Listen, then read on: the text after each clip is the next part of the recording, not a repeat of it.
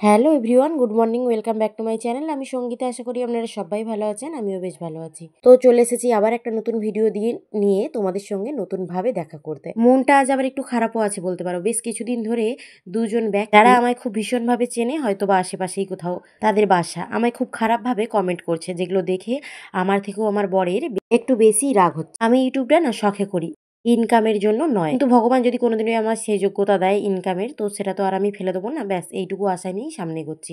Income না হলেও আমার চলবে। এই খারাপ কমেন্ট দেখলে বড্ড খারাপ লাগে, জানো তো। জানি সোশ্যাল মিডিয়া মানেই ভালো খারাপ দুই নিয়ে জীবন। তা বলে কেউ পার্সোনাল অপছন্দ এখানে উগরাতে আসবে আমাকে ভেবে, এটা তো ঠিক নয়, তাই না? চলো এবার আজকের দিনের ভিডিওটা শেয়ার করি তোমাদের সঙ্গে। সকাল সকাল ঘুম থেকে উঠে গিয়েছিলাম, আর ভাগনা বাবুর জন্য একটা ব্যাগ নিয়েছিলাম। ওর জন্মদিনে ওকে কিছু গিফট করা হয়নি, সেই কারণের জন্য। তার সঙ্গে আজকে কিন্তু বাপের বাড়িও চলে যাব। ওখানে আমার বান্ধবীর দাদার বৌভাত, সেইখানে ইনভাইট আছে। বিয়ের পর আমার বর এই 6 বছরে প্রথম বাপের বাড়ির কোনো অনুষ্ঠানে যাচ্ছে। ছোটবেলার বান্ধবী মানেই তো সেই বাপের বাড়ি হয়ে গেল, তাই না?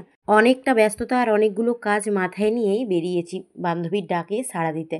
হাতে একদম অল্প থেকে অল্পতর সময় নিয়ে কোলাঘাটের ব্রিজটা পার হচ্ছি, সেটাই তোমাদেরকে দেখানোর চেষ্টা করছিলাম, রূপনারায়ণ নদীটা। কিন্তু সেটা আর সম্ভব হয়নি ট্রেনের ভিতর থেকে দেখানো। বাড়ি থেকে বেরিয়েছিলাম প্রায় 10টা তখন। তারপর ননদের বাড়ি গিয়েছি, তারপর বাপের বাড়ি গিয়েছিলাম। পৌঁছতে পৌঁছতে প্রায় 2:30-3টে বেজেই গিয়েছিল, আরও বেশি তো বই কম নয়। রাতটা কাটিয়ে ফিরবো আবার সকালবেলায়। খুব কম দিনের ছুটির কারণে সমস্ত কিছু একটু হুড়োহুড়িতেই সম্পূর্ণ করতে হয়েছে। বাড়িতে ফিরে আমার পুচকি সোনাটাকে খাইয়ে একটু ঘুম পাড়িয়ে দিয়ে ওর বাবাকে ওর কাছে রেখে আমি আর মানু চলে এসেছিলাম বিয়ে বাড়িতে নিয়ে যাব তার জন্য গিফট কিনতে। আশা করি তোমরা এতক্ষণ কিছুটা হেন্স পেয়েই গেছো যে আমরা কি কিনেছি। সমস্ত কিছু কমপ্লিট করতে করতে অনেকটাই সন্ধে হয়ে গেছে। চলো এবার আমাদের গোপু সোনাটাকে সুন্দরভাবে সাজিয়ে নিই আমরা সবাই মিলে। কি মিষ্টি লাগছে ওকে দেখতে। বরের যদিও ইচ্ছে ছিল একটা সুন্দর শাড়ি দেবে, কিন্তু আমার জোড়াজুড়িতেই ওই গিফটটা দিয়েছে। এরপর আমরা গুটি গুটি পায়ে সাজুগুজু করে বেরিয়ে পড়েছিলাম বান্ধবীর বাড়ির দিকে। বাড়ি থেকে পায়ে হেঁটে প্রায় 10 মিনিটের মতো লাগে। 4জনে মিলে গল্প করতে করতে বেরিয়ে পড়েছিলাম।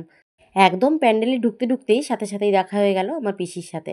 পিসি ভাই আর পিসে মশাই সোনাইকে নিয়ে ওরাও ফটো তুললো ওদের মতো করে, আর আমরাও বাকি ফটো তুললাম, ভিডিও করলাম, সাথে আরও কত কিছু। খাওয়া দাওয়া আনন্দ। বান্ধবীর সাথে দেখা করে আমাদের বৌদিমণিকে গিফট দিয়েই আমরা প্রথমে চলে গেছিলাম খাওয়া দাওয়ার ওখানে। এতটা ভিড় ছিল যে স্টেজ থেকে আর ফটো নিতে পারিনি, তাই বাইরে এসে ব্যানার থেকে এই ফটোটা তুলেছিলাম তোমাদের সঙ্গে শেয়ার করবো বলে। যদিও বা পরে একটা ফটো তুলেই নিয়েছিলাম। অনুষ্ঠান থেকে খাওয়া দাওয়া দুর্দান্ত, যেখানে কিচ্ছু বলার নেই। আর পিসিরা ওইদিকে খেতে বসেছিল আর আমরা এই দিকটা। সোনাইয়ের শরীরটাও বিশেষ ভালো ছিল না, অল্প হালকা করে সর্দিও করেছিল। যেহেতু বান্ধবীর দাদার বিয়ে, সেহেতু ও ভীষণই ব্যস্ত ছিল, আমাদেরকে চারিদিকটা দেখিয়ে আলাপ করে বুঝিয়ে দিয়ে ও ওর কাজে গিয়েছিল। তাই আমরা এদিকে নিজেদের মতো করে একটু ঘোরাঘুরি আনন্দ করছিলাম। যেহেতু বান্ধবী, সেহেতু অনেক পরিচিত মানুষ ছিল, আর অনেক স্যার ম্যাডাম এদের সাথে দেখা হয়েছিল। সবার সাথে গল্প করতে করতেই যে কিভাবে 2 ঘন্টা পেরিয়ে গিয়েছিল তো বুঝতেই পারিনি। খাওয়ারের মেনু আর বলে শেষ করা যাবে না, তাই এক ঝলক দেখিয়ে দিয়েছি মেনুটা তোমাদের সঙ্গে। ভিডিও করছিলাম তো কোন দিক থেকে করছিলাম পিসি বুঝতে পারছিল না, তাই পিসিকে যখন বললাম টাটা করো, তো পিসি তারপরে টাটা করলো। চলো মেনুটা দেখে নাও একবার তোমরাও। ঠান্ডা পড়লেও সেদিন কিন্তু আমাদের প্যান্ডেলে দারুণ গরম লেগেছে। এত মানুষের ভিড় ছিল সেই কারণেই।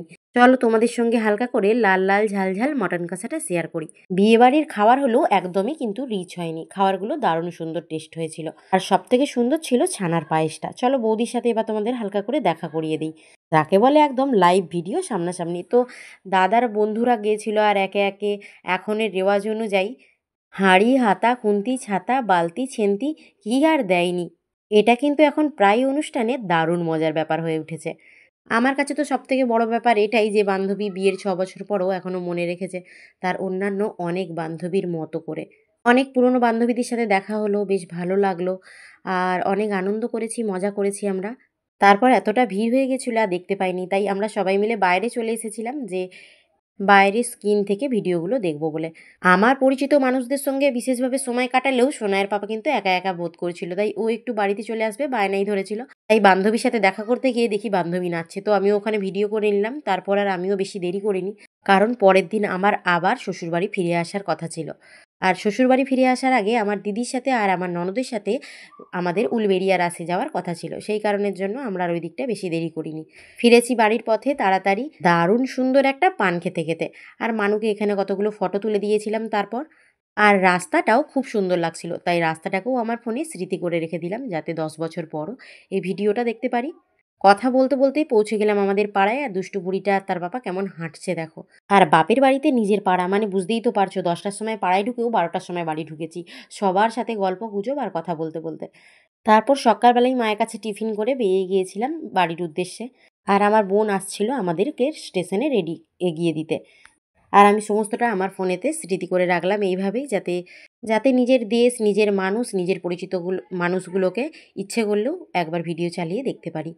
আর আমরা বালিচক থেকে আসার সময়ই প্রত্যেকবারে মুগের জিলাপি কিনে নিয়ে এসি, কারণ আমার শ্বশুরবাড়িতে সবাই পছন্দ করে আর আমার ননদের বাড়িতেও সবাই পছন্দ করে, সেই কারণের জন্য। তো চলো, আজকের ভিডিও এই পর্যন্ত। প্লিজ কেউ খারাপভাবে খারাপ কমেন্ট করো না। তোমরা তোমাদের মুখ দিয়ে খারাপ কথা বললে সেটা তোমাদেরই পরিচয় দেবে। যাকে খারাপ বলা হয় সে কখনো খারাপ হয়ে যায় না। যারা খারাপ বলে তারাই খারাপ। বাইরের লোককে খারাপ বলতে বলতে কবে বাড়ির লোককেও খারাপ বলে দেবে, তারা মনে কষ্ট পাবে। তাই খারাপ কমেন্ট থেকে দূরে থাকো। ভালো থেকো, সুস্থ থেকো, সবাইকে সুস্থ রেখো।